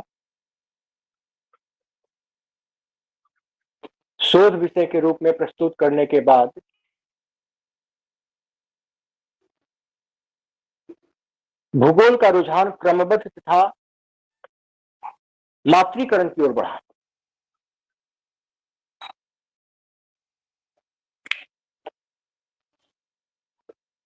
सर शोध विषय प्रस्तुत करने में भूगोल रुझान थोड़ा सा रुकिए, मैं लिख ही देता हूँ, आपको उसमें ज्यादा सही। तो 1958 बोले ना? हाँ, 56 लिखे। 56 में वो 80 था। Okay sir.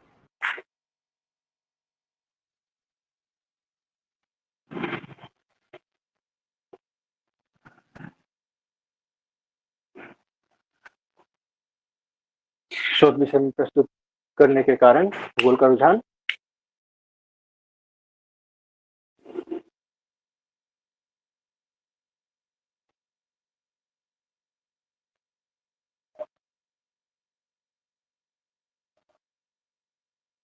क्रमबद्ध था।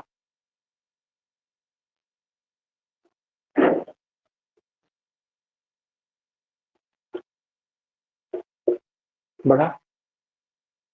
जैसे ही ये मात्रात्मकरण की ओर बढ़ता है तो ये अर्थशास्त्र के संपर्क में आता है।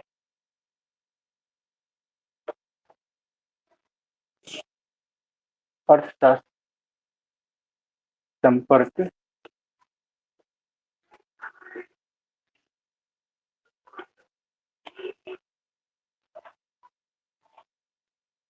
में आने के कारण सर मात्रीकरण और बढ़ा। देखो आगे बोर्ड पे, मात्र बढ़ा। इसके बाद एरर लगा है, यानी इसके बाद जो घटना होती है वो ये होती है कि अर्थशास्त्र के संपर्क में आता है, और जैसे ही अर्थशास्त्र के संपर्क में आता है नए विचार इसमें जुड़ते हैं।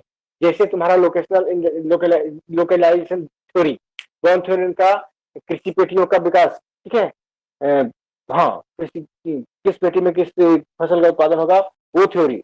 इसी तरह से क्रिस्टालर का केंद्रीय स्तर सिद्धांत, ये सारे के सारे भूगोल में अपने आप जुड़ते जाते हैं। नए विचार यही है, ठीक है। तो यही कहता है कि नए विचार और विश्लेषण तकनीकी,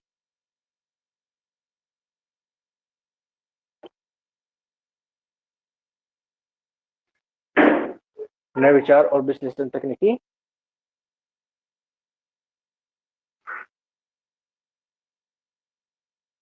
विकसित हुए। ये बातें होती हैं, ठीक है। और इस प्रकार भूगोल में मात्रात्मक क्रांति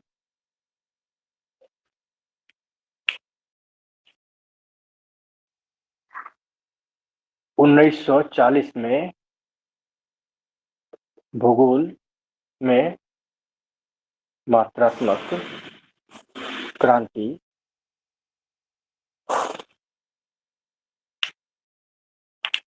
1940 के दशक में लिख लीजिए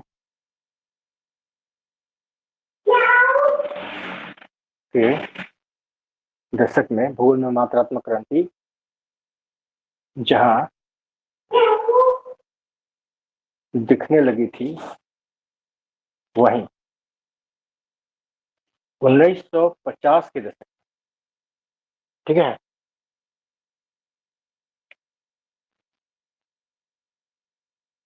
के दशक में शेफर और एकरमैन के प्रयासों से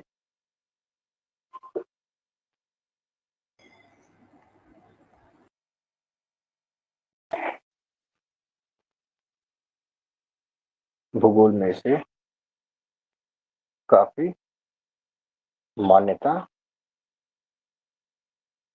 मिलने लगी। क्लियर? भूगोल में इसे काफी मान्यता मिलने लगी। यहां तक तो आपने लिख लिया।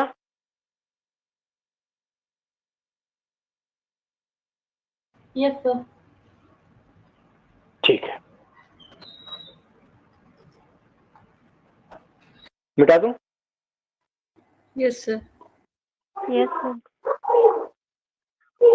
इसका बाकी और लिख लीजिए, पूछ लीजिए। अब क्या होता है कि 1950 में जब इसको काफी मान्यता मिलने लगी भूगोल को, तो 50 से लेकर 57-60 तक जो है, ठीक है, खास करके 57 और 60 के बीच में परिवर्तन की प्रक्रिया अपने चरमोत्कर्ष पर पहुंच जाती है। यानी 57 से 60 के बीच भूगोल जो है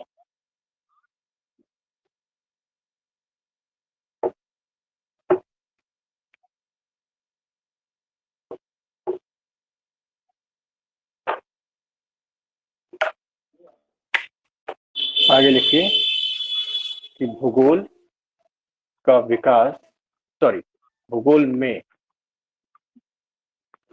मात्रात्मक क्रांति का विकास निम्न अवस्थाओं में होता है। या मात्रात्मक क्रांति के विकास की अवस्था, हेडिंग डाल दीजिए, ठीक है, और तब इसको लिखिए। पहला है प्रथम अवस्था।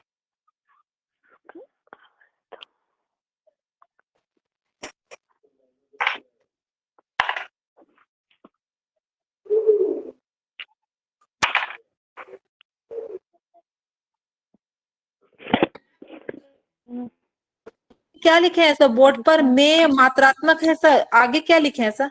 भूगोल में मात्रात्मक क्रांति का विकास निम्न अवस्थाओं में होता है।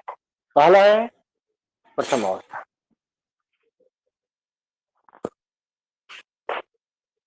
पूरा बोर्ड दिखाई नहीं दे रहा है सर। बोर्ड में हाँ, दिखा दे रहे हैं अच्छा, सर। ठीक कर रहे हो। क्रांति के विकास। एक्चुअली ये खिसक गया है। अब तो दिखाई दे रहा होगा मेरे ख्याल से। अब सही है? Yes sir. जी सर। हाँ, तो मात्रात्मक क्रांति का विकास कुल 4 अवस्था में होता है। पहला है प्रथम अवस्था। प्रथम अवस्था, देखो जी, प्रथम अवस्था जो है, हम इस अवस्थाओं में 3-4 चीजें देखेंगे। सबसे पहली चीज तो ये देखेंगे कि इसका पीरियड क्या था। ये 1950 से 1958, ठीक है, ये इसका काल था। और इस 58 में यहां हम ये देखेंगे कि अप्लाइड टेक्निक्स क्या थी, प्रयुक्त तकनीकी, जिसके कारण इसका विकास हुआ। सॉरी, प्रयुक्त तकनीकी क्या थी? तो इसमें प्रयुक्त तकनीकी थी सेंट्रल, क्या कहते हैं, टेंडेंसी, हाँ, केंद्रीय प्रवृत्ति, सेंट्रल टेंडेंसी। इसके बाद था स्टैंडर्ड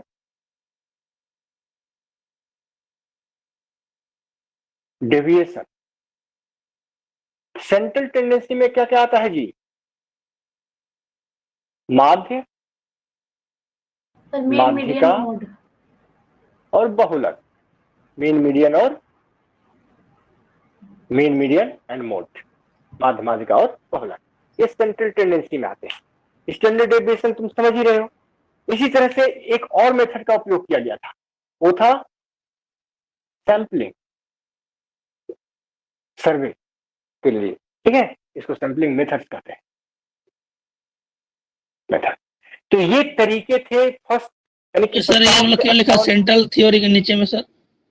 अरे पहले समझो तो, माध्य, माध्यिका, बहुलक होता है सेंट्रल टेंडेंसी में, ठीक है, मतलब जो औसत निकालते हो माध्य, माध्यिका और बहुलक के द्वारा, ये भी ये औसत निकालने का एक तरीका है। एक में तो सारा जोड़ के उसकी कुल संख्या से भाग दे देते हैं, लेकिन यहाँ पर थोड़ा सा फॉर्मूला चेंज कर देते हैं, इसीलिए इस तीनों को सेंट्रल टेंडेंसी भी कहा जाता है, ठीक है, माध्य, माध्यिका और बहुलक को। तो मैं बोल रहा था कि 50 से 58, देखो इसका क्लाइमेक्स पीरियड जो था मात्रात्मक क्रांति का भूगोल में 57 से 60 था। 1957 से 60 मात्रात्मक क्रांति का चरमोत्कर्ष काल था। इस चरमोत्कर्ष, हाँ, तो ये चरमोत्कर्ष इसलिए स्टार्ट ही होता है 57 से 60, 50 से 58, तो चरमोत्कर्ष अभी प्रारंभ होता है।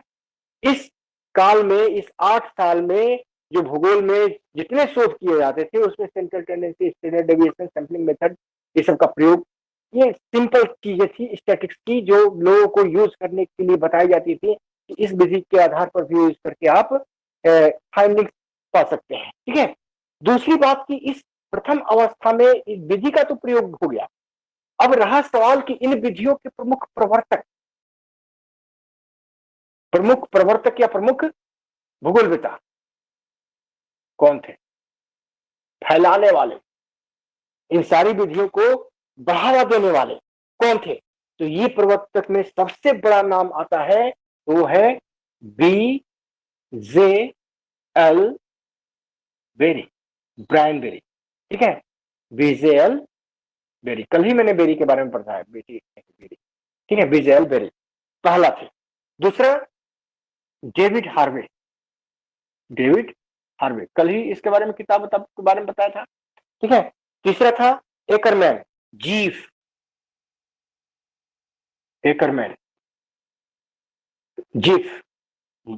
Mark Jefferson. सर एकरमैन का पूरा नाम ए एकरमैन थे या कोई और थे? ए एकरमैन, ठीक है, एकरमैन एक ही है। नेल्सन बोंगी। और एक चीज आपको यहां पर बता दूं कि ये जो मात्रात्मक क्रांति है, क्वांटिटेटिव रिवोल्यूशन, ये कहां पर फैली थी जी? तो ये यूएसए में स्टार्ट हुई थी और वहीं से पूरे विश्व में फैली थी, क्योंकि हार्वर्ड यूनिवर्सिटी तो यूएसए में ही है ना, क्या? और वहीं से सारी कहानी शुरू होती है, ठीक है।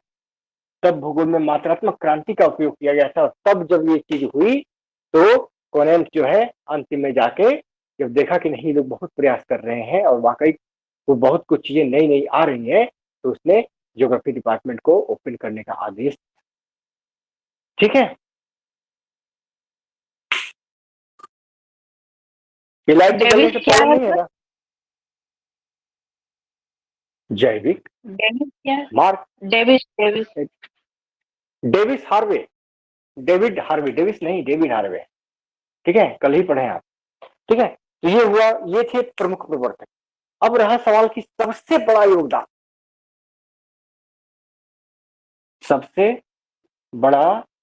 योगदान जो है बेरी का था। और बेरी कहाँ का था? तो बेरी तुम्हारा वाशिंगटन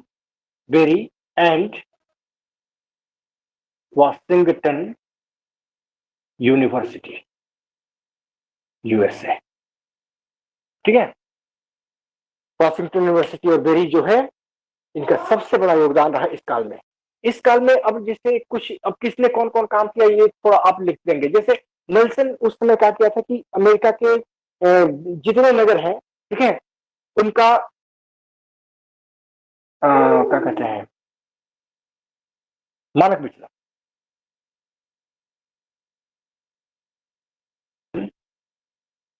ने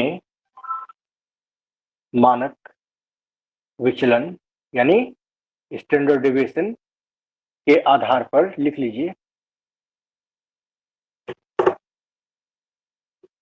अमेरिकी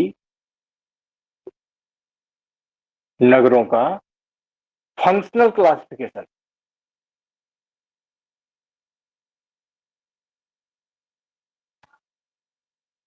यानी कि कारिक वर्गीकरण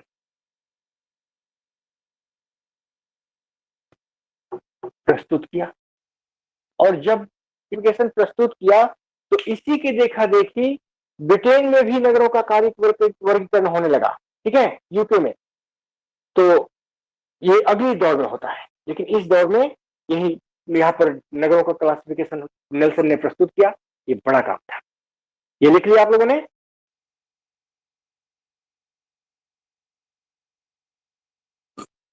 यस सर। चलिए, तो इसको मिटा दूं? Yes sir. रुक जाइए सर। ठीक है, तो द्वितीय अवस्था लिखिए।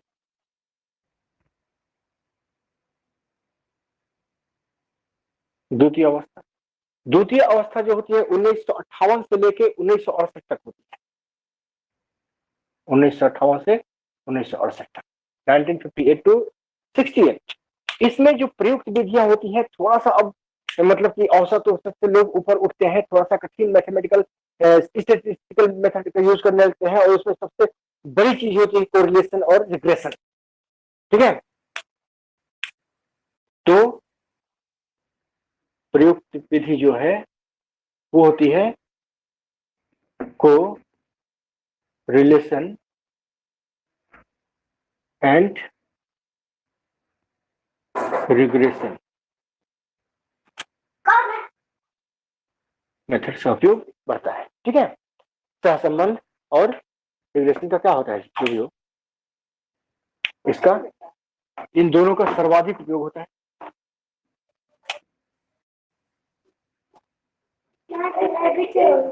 ठीक है, और इसका उपयोग, इस विधि का तरीका कौन खोजते हैं जी? स्पियर्समैन, याद है ना, पियर्सन और स्पियरमैन। पियर्सन और स्पियरमैन द्वारा ये विधि सांख्यिकी में लाई जाती है, और सांख्यिकी से ये विधि भूगोल में आ जाती है। लोग कोरिलेशन करने लगते हैं, ठीक है, रिग्रेशन के तकनीकी को अपनाते हैं। तो इस दोनों ये पूछता है क्वेश्चन कि आखिर में कोरिलेशन और रिग्रेशन विधि का उपयोग किसने मतलब क्यों लाया था? तो ये पियर्सन और स्पियरमैन लाए स्टैटिस्टिक्स में, और स्टैटिस्टिक्स से भूगोल में आ जाता है।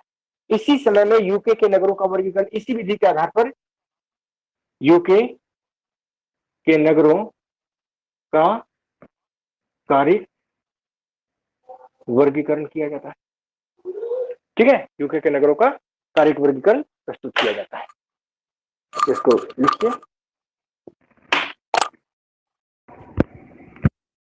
सर ये सर्वाधिक उपयोग होता है सर, ये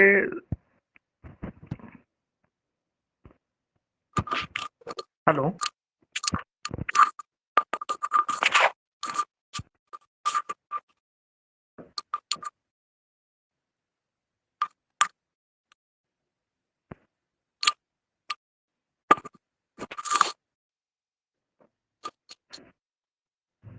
ठीक है, ऊपर वाला आप तो मिटा दो। सर ये सर्वाधिक उपयोग किस चीज में होता है सर? कोरिलेशन रिग्रेशन मेथड किसमें?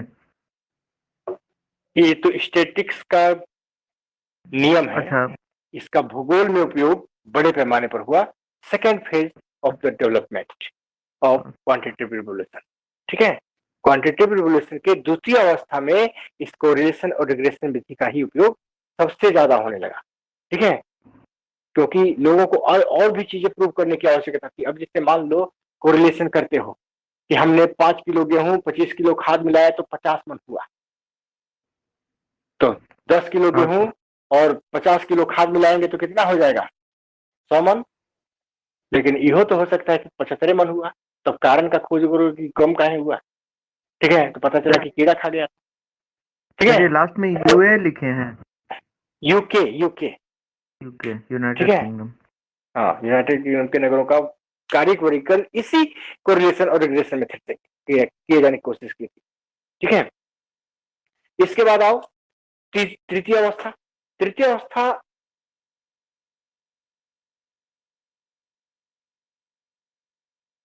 उन्नीस सौ 68 से 78 के बीच की अवस्था है।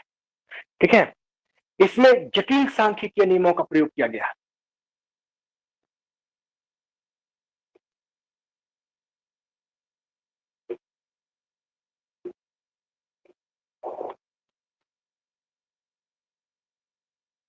जटिल सांख्यिकीय नियमों का प्रयोग किया गया। जटिल सांख्यिकीय नियम क्या थे? तो जैसे था तुम्हारा नियरेस्ट नाइबरहुड,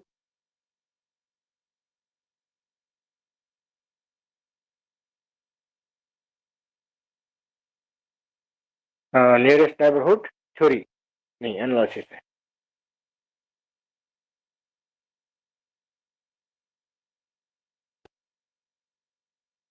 निकटतम पड़ोसी सिद्धांत इसको कहते हैं, या क्या कहते हैं, यही कहते हैं ना। हाँ, निकटतम पड़ोसी सिद्धांत कहते हैं। ठीक है। तो इसके आधार पर ये मेथड लाया था एलसी किंग। एलसी किंग ने इसका प्रतिपादन किया। और हाँ, एलसी किंग, हाँ सही है, ने इसका प्रतिपादन किया था। और इसका उपयोग तो ये नगरीय सिद्धांत वस्तुओं, होगा या व्याख्या होगा? सिद्धांत होगा या व्याख्या होगा सर, एनालिसिस? देखो जी, ये इंग्लिश टर्म अगर पकड़ोगे तो एनालिसिस का मतलब होता है व्याख्या करना, लेकिन हिंदी टर्म जब पकड़ते हो, हम लोगों ने इसको पढ़ा था पीजी में, तो हमें वो टर्म याद है अभी भी कि निकटतम पड़ोसी सिद्धांत जो है उस पर प्रैक्टिकल दिया जाता था। ठीक है। तो हमने इसलिए लिख दिया कि तुम दोनों में से कोई एक यूज कर सकते हो। हिंदी में कर रहे हो तो निकटतम पड़ोसी सिद्धांत अगर लिखोगे तो ज्यादा सही रहेगा, और इंग्लिश में लिखते हो तो नियरेस्ट नाइबरहुड अगर एनालिसिस लिखोगे तो ज्यादा सही रहेगा। बढ़िया किया था, पूछ लिया था। ठीक है, ये चीजें क्लियर हुई। तो इसमें नगरीय बस्ती प्रारूप विक्षेपण के लिए नगर या बस्ती प्रारूप विक्षेपण के लिए इसका उपयोग होता था। ये डेंसिटी ऑफ द सेटलमेंट को दिखाने के लिए किया जाता था इसका उपयोग। और इसमें जो वैल्यू आती है 0 से 1 के बीच में आती है। तुमको ये भी बता दो, जितना 1 के करीब रहेगा डेंसिटी ऑफ द सेटलमेंट उतनी ही ज्यादा होगी, और जितना 0 के करीब रहेगा डेंसिटी ऑफ द सेटलमेंट उतनी ही कम होगी। इसमें और भी चीजें हैं बताने के लिए। ठीक है, लेकिन हमें केवल इतना बताना है कि तृतीय अवस्था जो 68 टू 78 के बीच आती है, उसमें ये सिद्धांत के उपयोग पर बड़ा जोर दिया गया था पूरे वर्ल्ड लेवल। दूसरा जो सिद्धांत था बी नंबर, वो था तुम्हारा multi variable analysis method. Multi variable analysis method, Bahuchar विश्लेषण विधि। बहुचर विश्लेषण विधि, क्लियर। इसका उपयोग सामाजिक भूगोल में जो भी परिणाम आते थे उसको देखा जाता था कि तर्क संगत और वैज्ञानिक कैसे बनाया जाए। ठीक है, सामाजिक भूगोल में आने वाले परिणामों को सुसंगत, ठीक है, या फिर तर्क संगत और वैज्ञानिक बनाने में, कितना साइंटिफिक है इसको बताने में इसका उपयोग सबसे ज्यादा होता था। अब रहा सवाल कि इस काल के प्रमुख विद्वान कौन कौन से थे जिन्होंने इस विधि को बढ़ावा दिया, इस विधि से काम करके दिखाया। ठीक है, तो इसमें सबसे योगदान देने वाले विद्वान जो हैं चोर्ले और हैगेट। मैंने कल भी इसके बारे में बताया था। हैगेट खास करके network models in geography,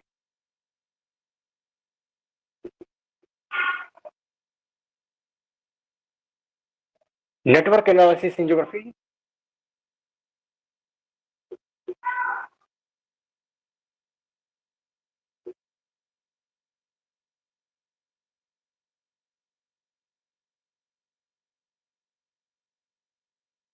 socio economic analysis in geography, geography लिख लीजिएगा इसको, ठीक है। इन सब किताबों का बड़ा योगदान रहा इस मेथड्स का यूज करके चीजों को साइंटिफिक बनाने में, ठीक है। तो इन्होंने ये थे, इसके बाद मोसर थे, स्कॉट थे, मोसर, स्कॉट, हाँ Moser, Scott, Chorley, Haggett, models in geography, भूगोल में मॉडल निर्माण में क्रांति ला दी इस किताब ने। भूगोल में मॉडल निर्माण में क्रांति ला दी इस किताब ने, मॉडल्स इन ज्योग्राफी, ठीक है। इन सभी का परिणाम ये हुआ कि साइंटिफिक थ्योरी क्रिएशन,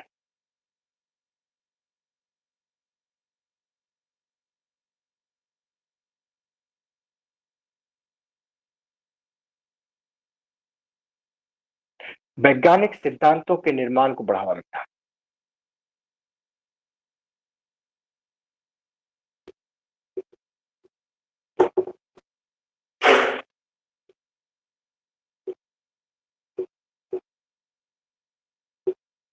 ठीक है, इसको लिखिए तो आगे बढ़ते हैं। अरे राम, मेरी बैटरी भी खत्म होने वाली, मोबाइल कभी भी खत्म हो जाएगा, ठीक है। एक्चुअली क्लास व्लास चलता है ना, तो इसको चार्ज करने का मौका नहीं मिलता है। शाम को आता हूँ, लगाया था लेकिन 43% ही था, और अभी देखता हूँ कि अभी कह रहा है कि मैं खत्म हो जाऊंगा। खैर, खत्म जब हो जाएगा तो खत्म हो जाएगा, तब खत्म किया जाएगा, ठीक है। फिलहाल जल्दी से कीजिए ताकि चौथी अवस्था में पढ़ा के निकल दो।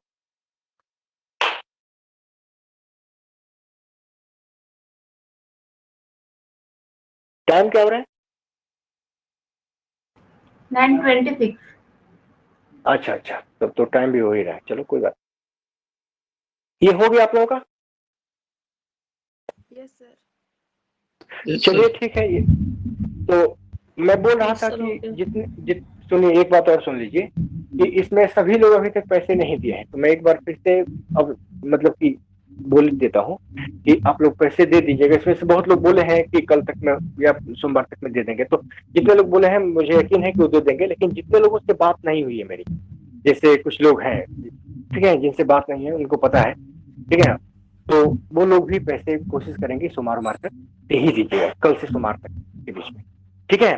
ताकि मैं भी तो नहीं, क्या कहते हैं कि देखिए क्या है ना कि ऑनलाइन क्लासेस में कोई पढ़ के तो 2 4 5 7 दिन पढ़ के निकल जाएगा, तब हम उसका कुछ कर भी तो नहीं सकते हैं। दूसरी बात कि ये चीज घाटा हो जाती है, ये अच्छी चीज नहीं मानी जाती है। तो जितने लोगों के पास बाकी है आराम से दे लीजिएगा।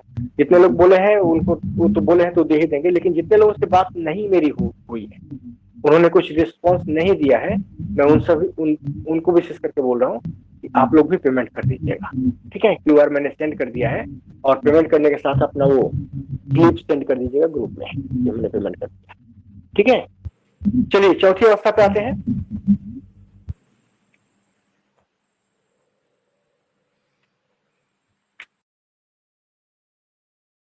चौथी अवस्था 78 के बाद है।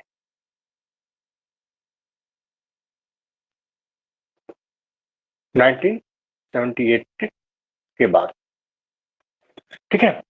1978 के बाद में इसमें जो विधि थी अपनाई गई वो एरियल विधि थी, ठीक है। फोटोग्राफ, दूसरा remote sensing, GIS, cartographic techniques. ठीक है, ये सारे तरीके इसमें अपनाए गए थे। ठीक है, और ये इसमें से अधिकतर जो है इसको छोड़ के, एरियल फोटोग्राफ को छोड़ के, रिमोट सेंसिंग, GIS, ये सारे के सारे कंप्यूटर बेस्ड टेक्निक थी। ठीक है, कंप्यूटर बेस्ड टेक्नोलॉजी थी, मतलब बिना कंप्यूटर के इस पर कुछ भी काम नहीं हो सकता था। ठीक है, और यही कारण है कि इसके प्रयोग को सर्वाधिक बढ़ावा मिला, सर्वाधिक बढ़ावा मिला, खास करके कंप्यूटर प्रयोग को सर्वाधिक बढ़ावा मिला इस काल में। अब रहा सवाल कि इस पे क्या क्या काम किया गया, ये तो आपको भी पता है। ठीक है, कि जितने विश्लेषण होते हैं, चाहे क्लाइमेटोलॉजिकल हो या फिर जियोलॉजिकल हो या मेटेरोलॉजिकल हो या फिर ओशनोग्राफिक हो, सुपर कंप्यूटर पे डेटा डालिए और डेटा तुरंत एनालाइज करके बता देता है कि इसका रिजल्ट क्या होगा और ये कहां कहां तक प्रभावित करेगा। तो इस तरह से मात्रात्मक क्रांति के जो आधार रहे, क्वांटिटेटिव रिवोल्यूशन के आधार, ठीक है, तो हम देखते हैं कि ये आधार पहला नंबर था आपका सांख्यिकीय विधि। ये लिखा चुका हूं मेथड में, सांख्यिकीय विधि। कितनी विधियां उपयोग की गई, क्या क्या की गई, मेजर चीजें मैंने बता दी हैं। दूसरा है गणितीय, तीसरा है कंप्यूटर या मॉडल निर्माण। सर क्या है एक नंबर सर? सांख्यिकीय मॉडल निर्माण। ठीक है, इसी तरह से चौथी बात है कंप्यूटर टेक्नोलॉजी, खास करके जिसका उपयोग रिमोट सेंसिंग, GIS, कार्टोग्राफी, इन सब में भरपूर किया गया। और इस तरह से भूगोल में मात्रात्मक क्रांति को जी भर के बढ़ावा मिला। भारत में आज भी मात्रात्मक क्रांति अपने यूथफुल स्टेज में है। ठीक है, जबकि विश्व के अन्य हिस्सों में इसको नकार दिया गया। अभी इसका 40% हिस्सा कल देखेंगे, वो इंटरेस्टिंग भी है। इंटरेस्टिंग ये भी था। ठीक है, तो ये चैप्टर थोड़ा लंबा खींचेगा। तो ठीक है, कल मिलते हैं फिर। मैं एक बार फिर से रिक्वेस्ट करूंगा सबको कि आप लोग अपना फी पे कर दीजिए, जितने लोगों का बाकी है। ठीक है,